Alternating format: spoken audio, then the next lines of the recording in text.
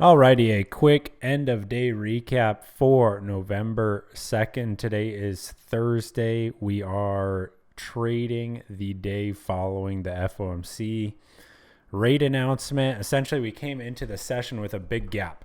So anytime you come into the session with a big gap, you just want to see how that gap is being treated.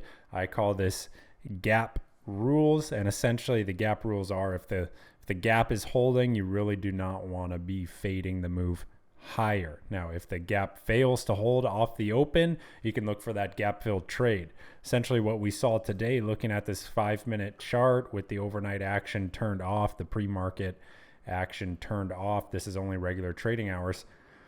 The opening print literally marked the low for today's session. We are now closing in on the highs about 20 minutes into the close, into today's close. And so essentially what we saw today was just bullish follow through from the FOMC move. Now, as a reminder, we started Sunday with a gap higher after last Friday's test of the weekly time frame volume point of control. So when I flip to the weekly here, we do have volume point of control here. This is always going to be a significant level, especially on the higher time frames, staging a big bounce versus that level. And this is important because now look at the weekly candle. What do we show on that weekly candle? Well, you could make the case that this is a bullish engulfing candle, and we may actually see some follow through into next week. A large part of this is going to depend on how tomorrow trades, as the week is not over yet. So it's a little too early to be doing that weekly time frame analysis, but just something to keep in mind as we head into Friday. For Friday, essentially what we want to be looking at is just the reaction versus the 200 MA. If I take the levels away here, you can see it's kind of light blue, but the 200 MA comes right through here. 430, or excuse me, 4,336 is where that currently sits. And so I'm just going to be looking at the reaction versus that level with minimal bias. Once again, we have identified a handful of areas where sellers may materialize. This morning, that was 4280. No real sellers there, pushed right up through into the 4300 where we were looking for some potential selling. Once again, you see a little bit of faltering there this morning. If I bring the levels back, it makes it a little clearer. See some attempted selling here, but once again, no break of that opening print. And so once again, the gap rules do apply here. Don't really want to be too aggressive with your shorts unless you're seeing a break of that opening print. Then you can potentially go for the gap fill. So no real selling materializes. We get the move up into 43.30, which it was the upside level of interest. Following the test of that level, you can see a bunch of orders were sitting there. And the way we know that is look at the move right at 43.30 paired with the volume.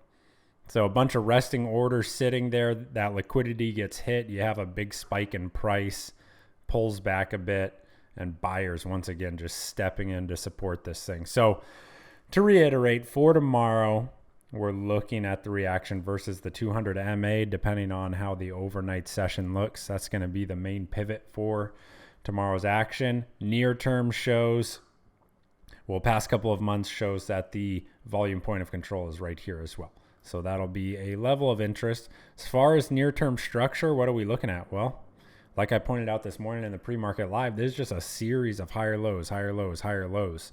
Trend day move today.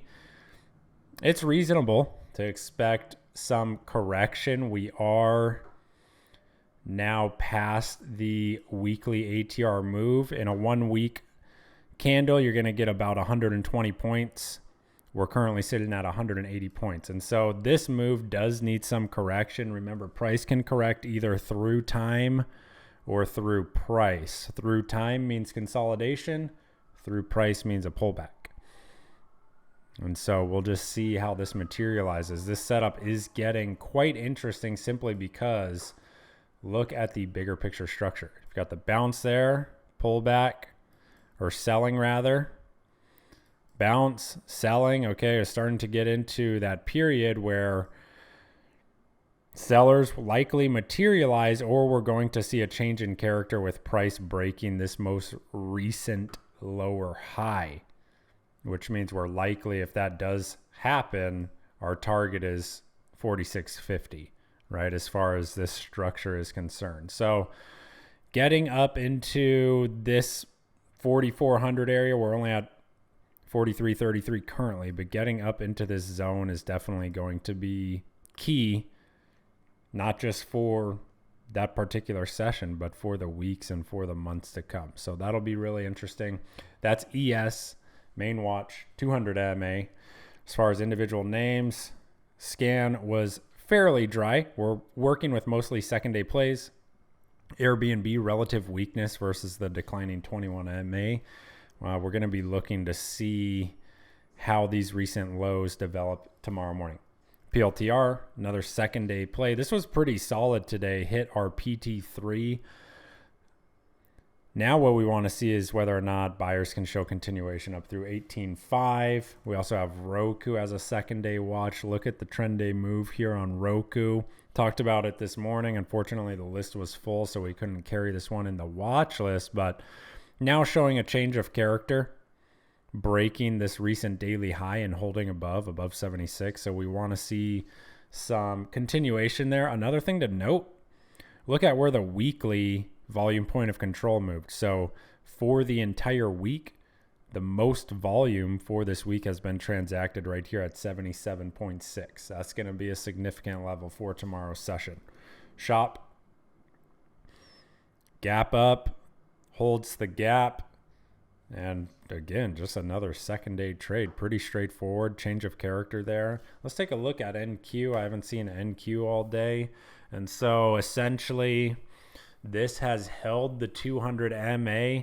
NQ was actually a better setup for this week, given the fact that the prior 2 weeks, or excuse me, this is still technically this week, but the prior week has its volume point of control down here. That tells us it's likely accumulation. 200 MA is right there as well. And so we bounce.